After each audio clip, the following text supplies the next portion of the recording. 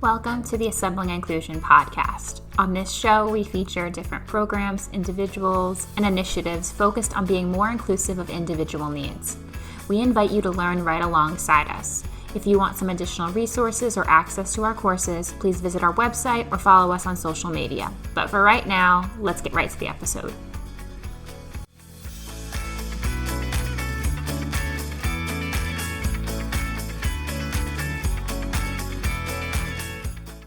Coming up next on the Assembling Inclusion podcast. And I think that the film festival kind of creates all of these great stories, tapping into that emotional self as participants watch, thinking to themselves, wow, that's the kind of world that I want to live in. Like, that was great. That's the kind of place that I want to be part of. That's what I would like to do. And I hope that it kind of sparks a little magic, a little joy for everyone, and kind of inspires them to make those small differences in their own lives that I think compounded will make a pretty dramatic impact.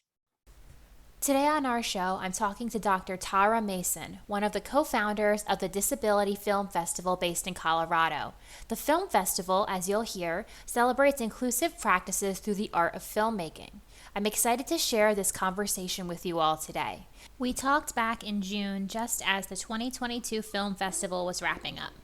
We talk about the mission behind the festival, the types of films that have been shared over the years, and the future of this inclusive arts initiative. So, without further delay, let's get right to our interview. Hello, and welcome back to the Assembly Inclusion podcast. So today I'm joined by Dr. Tara Mason. She's an assistant professor of inclusive education at Western Colorado University and also the co-founder of the Disability Film Festival. So thank you so much for joining us today. Thank you so much. I'm so happy to be here. So first, can you explain just a little bit about the film festival and its mission for our listeners? Our mission is to raise awareness of the triumphs within inclusion education. We believe there are issues related to social justice and lack of educational opportunity for students in special education, and we want to explore creative pedagogy that serves students with inclusive classroom environments using film as a launchpad for discussion and change in special education. And so that's our mission statement. And with that, I would like to add that we have films from all across the continuum of the human experience. So we don't have films that are just about the classroom, although that will be a portion of our films. We also have films about being out in the community. We have films about parents and their children. We have films, amazing kind of stories that people have to tell about being adults with people who have different abilities. So we just really have a very wide continuum of different types of films that are celebrating best practices of inclusion. I love that. That was the mission that really drew me in to want to reach out because, I mean, that's kind of the whole point of Assembling Inclusion was the celebration piece of inclusive practices and how can we be more inclusive and what are the successful things that are going on with inclusion. So I was like, I have to reach out and make sure that I talk to you about this. What was the inspiration for actually getting started with this festival?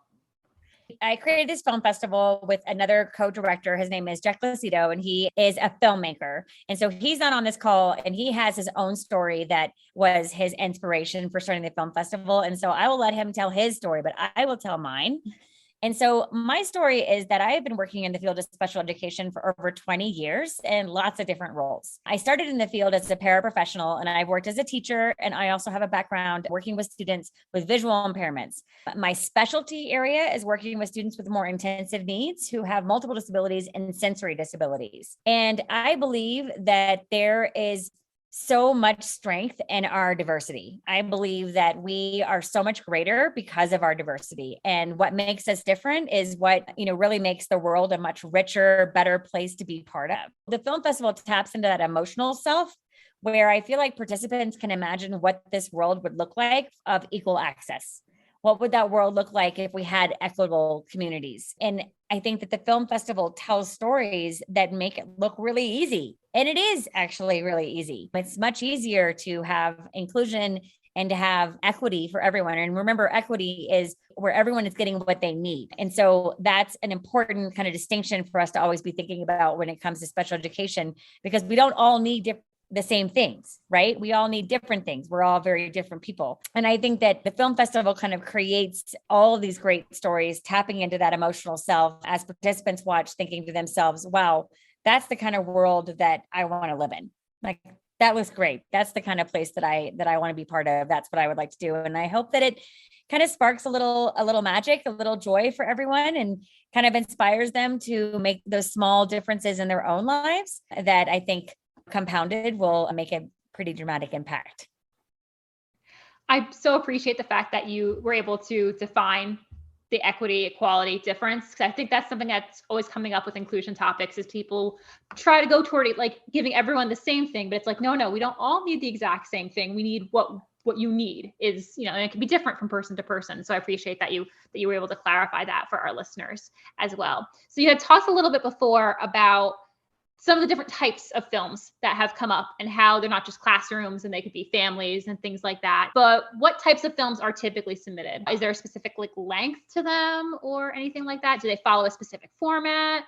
We actually have 3 film types that are submitted to our festivals. So we have shorts. It's kind of a fun name. Shorts, those are under 10 minutes. We have shorts, which are 11 to 30 minutes, and we have featurettes, which are under 60 minutes. We have both documentary films and also narrative films, where the actors might be telling a story of best places of inclusion. We look for films that are authentic, along with actors and crews on the film that are people with different abilities. So one of our films this year called Climb is a documentary about an adaptive climbing team, and over 80% of the film crew were people with disabilities. I love seeing that. That's awesome. We had another film starring 2 young men. So this was a narrative film telling a story of a mom who had died and the grieving process of these 2 brothers. And the 2 brothers, one was neurotypical and one of the brothers has Down syndrome. And it was really awesome to see this grieving process, this mourning process from both their different perspectives. It kind of had this typical kind of storyline where one of the brothers, felt like he needed to take care of the other brother and he kind of needed to make decisions for him. But remember, in the world of special education, nothing about me without me. So I really love that film tells that story so perfectly about nothing for me without me, right? So instead, they, at the end, not to ruin it, it's a really great film, but they tell the story of how they were able to come together and make decisions together. That's such an important lesson to make sure that you're making decisions together as a collective unit or for yourself. So that's really beautiful that came together. One of my most favorite areas to teach in when I was working in K through 12 before coming to the university level and running a prep program, I was a transition teacher, which was one of my most favorite grade levels. And so that is working with students who are 18 plus until the year of their 21st birthday. And so students that are eligible for special education services have services in schools until the year of their 21st birthday. And so a little bit of an extended K through 12 schooling. And that time period is called transition. And this would be such an amazing film to show families, to try to explain these concepts of nothing for me without me. And also, how do we transition plan? How do we really think about all the different pieces of, and again, going back to that equity piece, we're all different.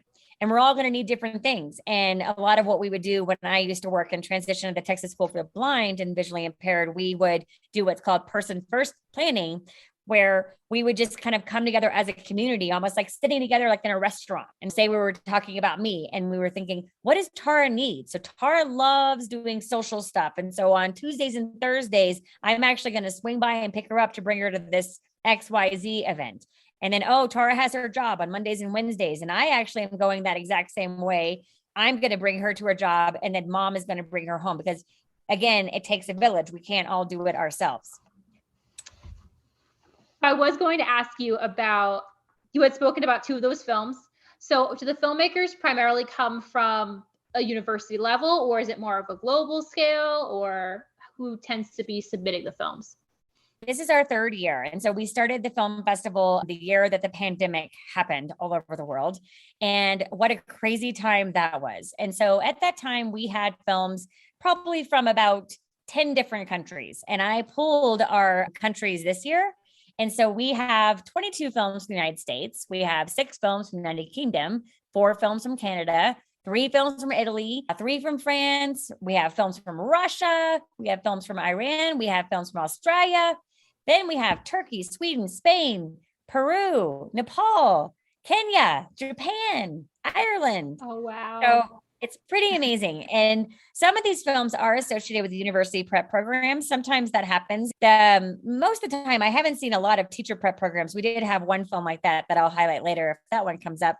But a lot of times we have films that are from film programs. And so there'll be some students. And what's I think really inspiring is that people want to tell these really amazing stories. And that just is a spark right there. That's something really cool right there, that someone is going to spend an entire, I don't even know, years of their lives telling these amazing stories, and something inspired them to do so. It's not like it was an assignment that they were like, oh, I want to do this. Instead, they have this burning story that they want to tell, and they go to all this work to tell it. So we've heard that time and time again from filmmakers when we've interviewed them to learn a little bit about what their inspiration was for making the film. And we've heard stories like people who've had siblings, people who have had a family member where they wanted to tell a story.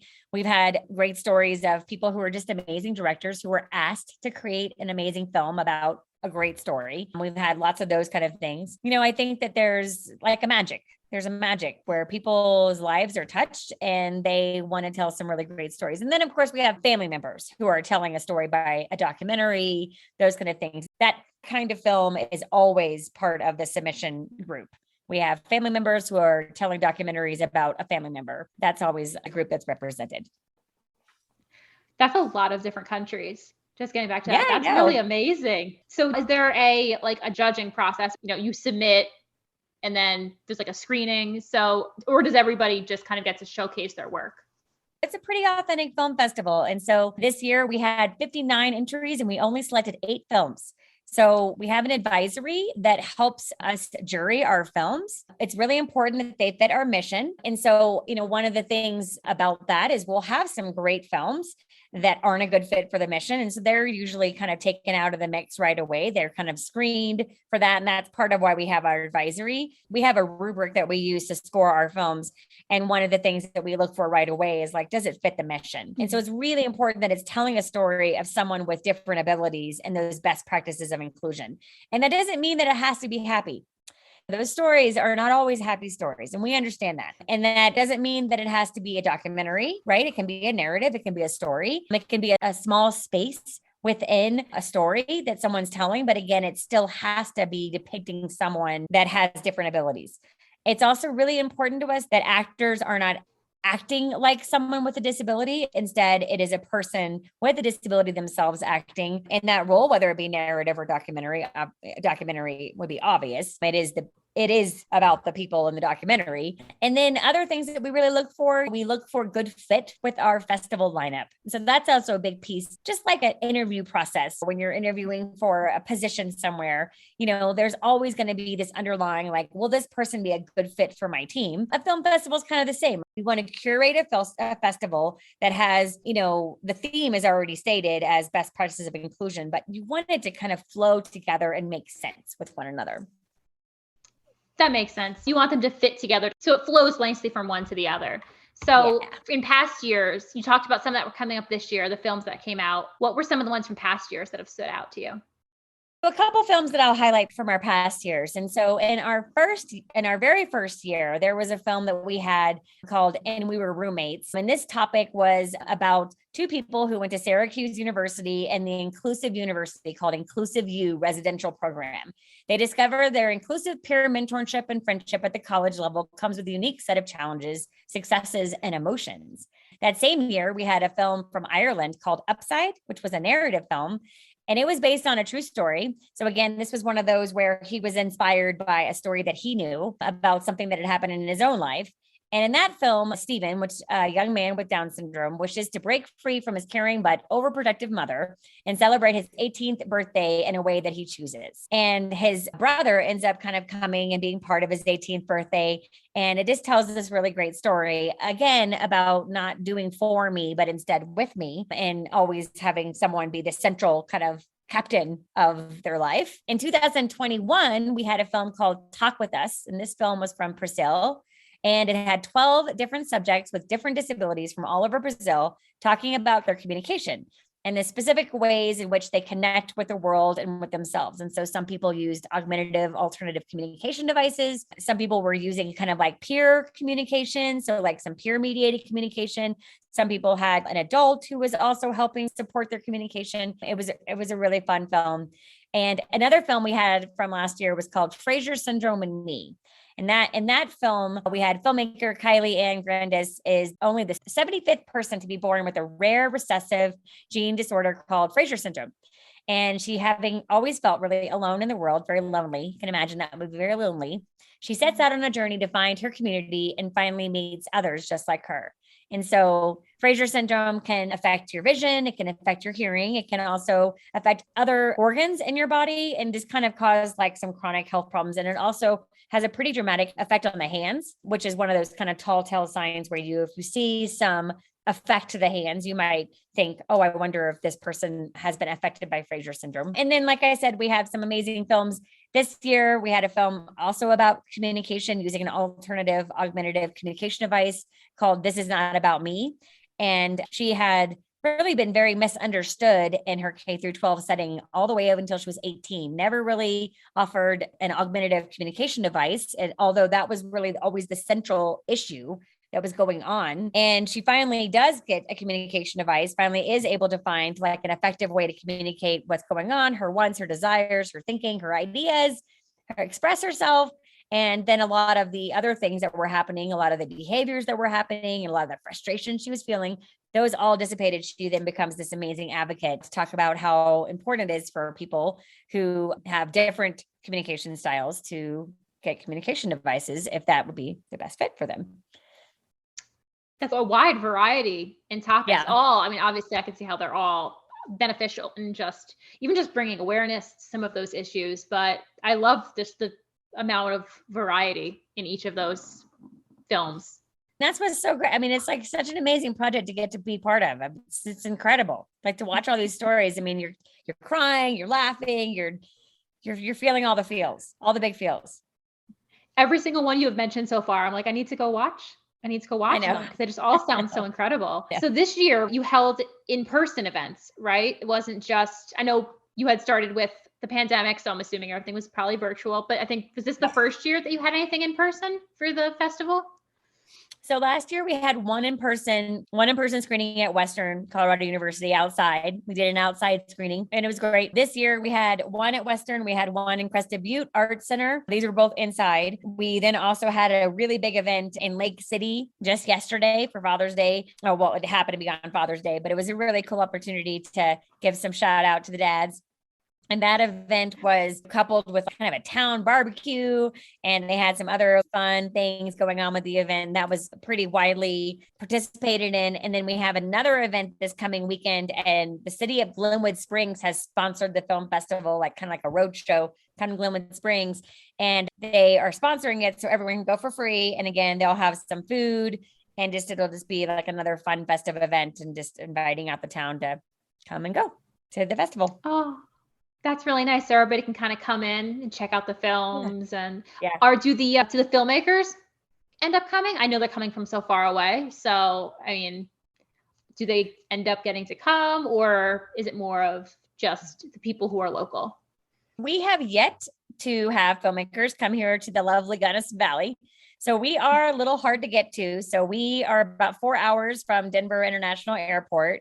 Gunnison is in the mountains. So we are a rural mountain community. So people do have to go over a pretty hefty mountain pass to come here. With that, it's not super easy to fly here straight unless you're kind of mega millionaire and kind of jet on over in your private jet and go up to the mountains. So people get here easy. I mean, people who know this area, they get here no problem. But for our filmmakers, we're still pretty small. And so we haven't been able to have that kind of funding to get someone here. So it's really been more just local. We do a lot of outreach to teachers, and we really want teachers to come. I was kind of like a little fairy running around to teacher boxes in Gunnison Watershed School District, handing out free tickets. We also have an organization that does a whole lot of adult work with people who have different abilities. They're called 6 Points, and they're a pretty awesome organization here. And so we invited them to come and to bring some clients. And then we also have a really amazing adaptive sports agency up in Crested Butte that does some really amazing adaptive sports up on the mountain. So adaptive skiing, adaptive snowboarding, all sorts of other mountain alpine sports. And so we invited that whole crew to come and see the cool festival. And we hope to kind of continue to grow those partnerships. I'm sure it is very difficult to get there, I'd have to imagine. But I think that's still great that people from the area and the community can come in and all come together to watch these films. That's still really great. Do you have any plans for future expansions? Is there anything in the works for something you want to try in the future? Well, we're growing every year. So every year we have exponentially grown. We have more films, we have more countries, we have more interests, we have more partnerships.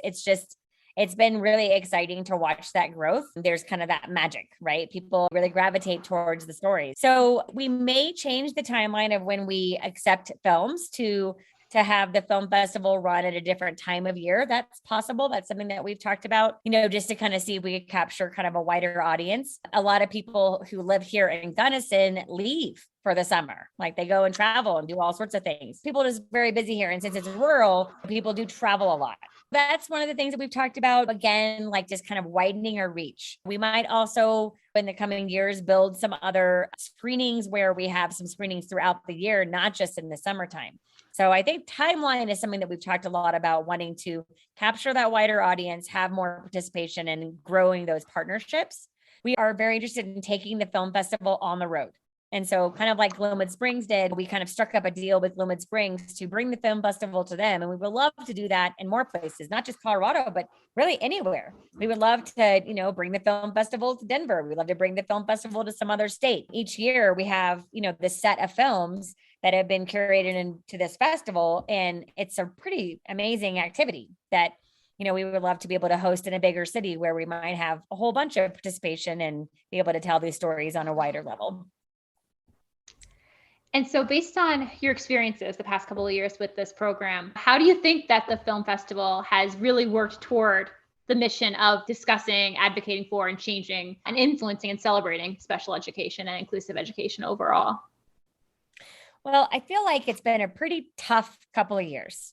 I feel like special ed has really had, just a really rough time. It's a rough time in our K through 12 schools. And it's especially rough, I think, for special educators. I mean, of course, that's my focus area. So I know that it's been tough for all educators, but since special educators, those are my people, I feel extremely sensitive to the kind of struggles that we've had. And this film festival is telling the story of why so many of us ever got into the field and why we love it. We are fierce advocates. Special educators, they are fierce people. They love their students and they love their students' families. They really care about their communities. They really care about finding ways to promote equity. And so I love celebrating special education teachers. I just think that we're awesome and, just so great. And I want people to know more about what the job looks like. And, it's not all good. It's not, I don't want to be naive to that. And that's also something that I've, had lots of conversations this past couple of years with lots and lots of educators where I am not naive to the kind of problems that we have out there in our schools. I'm not naive to the kind of challenges our special education teachers are feeling. They're very overworked. They are feeling really undervalued. I'm not naive to that at all. I am just a half full type of person. And I really feel like that is what lifts us. Like, I feel like that lifts our field up when we start thinking about, our triumphs and start celebrating one another. And I feel like that can do a whole bunch of, good things to help us feel better. Because I think collectively, there's a collective trauma going on right now, not to downplay the real trauma that people have been experiencing, people who have lost loved ones, people who have, had way more trauma and way more hardship during this time. But I think as a society, we have a collective trauma. And I feel that we need some positive stories and we need to lift each other up to help us move to this next better place where hopefully it's more positive, happier. I think we need to be happier. all that just like resonated so much with me because I mean, that was my background. I was a special education teacher before I switched into educational technology. And so that's still my people. So I love the mission of just the celebration of it. Like you said, not everything is happy and positive, but it's great to be able to tell some of those stories and just really even just the awareness that's coming from watching these films. I think it's incredibly validating to what people are doing. I think that there's a big piece to this puzzle, especially for special educators out there in our K through 12 schools who are potentially very stressed out, being overworked. A lot of teachers I know are leaving our field, and it makes me sad and upset. And I want to validate them. Like, I want to really celebrate them and validate them and be like, you know what? I see you. I see you and I see what you're doing.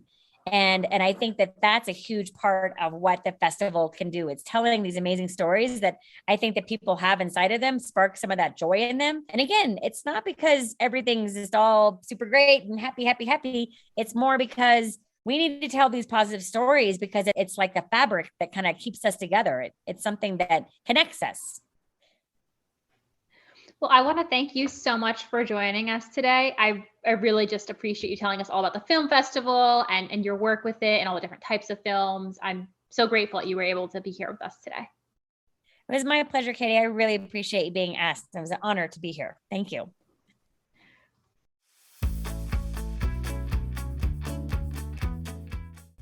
Thanks for listening to this episode of the Assembling Inclusion podcast. I hope the information in this episode taught you something new, gave you a new idea, or showcased a new perspective. If you liked the episode, feel free to leave us a review or comment. If you have a recommendation for an individual or an organization who would make a great guest, you can message us on Twitter or Instagram or send us an email at assemblinginclusion@gmail.com. See you next time.